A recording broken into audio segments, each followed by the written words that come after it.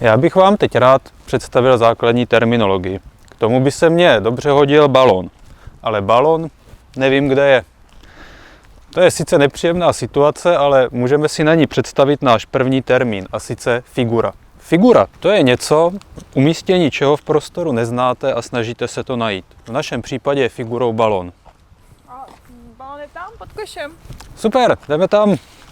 A rovnou si můžeme představit druhý termín, a tím je pozadí. Když jste mě řekla, balón je pod košem, tak jste předpokládala, že vím, kde ten koš je a že podle něho budu moct ten balón najít. Další termín, který představím, tak je lokace. Lokace je prostě nějaké místo, kde se nalézá ta figura. A tu lokaci já na základě pozadí najdu tak, že se od toho pozadí musím vydat určitým směrem. To, jakým směrem se mám vydat, mě říká jeden takový výraz, který se jmenuje lokátor. V našem případě je to ten výraz spot. A ten říká, nejprve, vlastně když najdu pozadí, od něj se vydám směrem dolů, neboli pod, a tam najdu tu figuru, ten balón. Mimochodem, lokace pod košem je dobré místo na střelbu. Nechtěla byste si to vyzkoušet? Ne, radši ne. Zkuste to. Ne. Ale tak oni to když tak vystřihnou.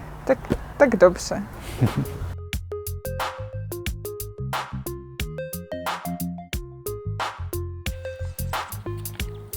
Tak to ne.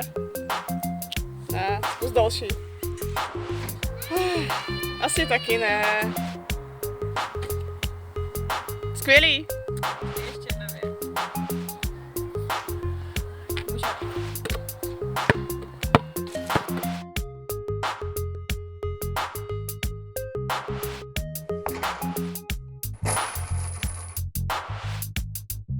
Super, tak vidíte.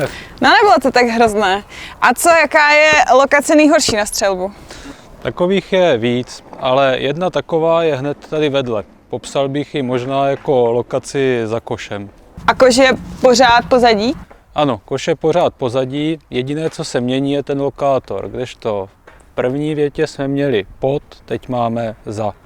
Lingvisté si to představují tak, že ten lokátor jako kdyby ukotvoval nějaké vektory k tomu pozadí. Říká nám, jakým směrem ty vektory směřují, buď dolů nebo dozadu.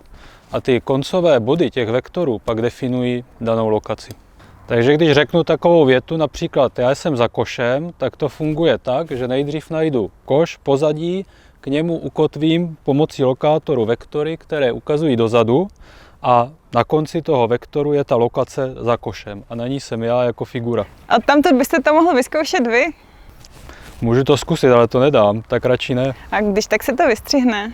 No tak bylo by nefér, kdybych k tomu nutil vás a sám to neskusil, tak nahrajte.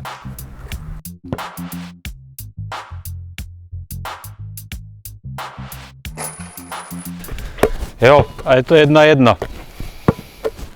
Poslední věc, na kterou bych chtěl upozornit, je, že každá lokace, jak už víme, se skládá ze dvou prvků.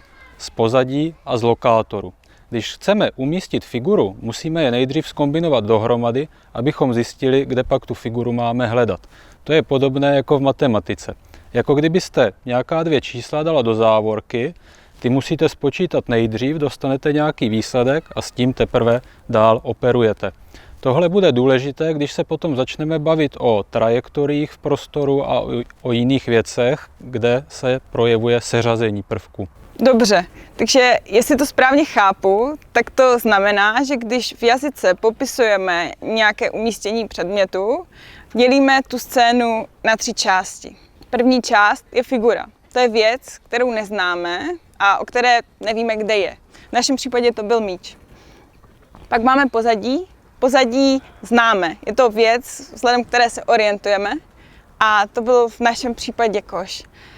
A pak máme lokátor a ten nám vlastně určuje, jakým směrem od pozadí se máme vydat, když chceme najít figuru. Ano, a zajímavé na tom je, že tyhle 3 prvky najdeme ve všech jazycích světa.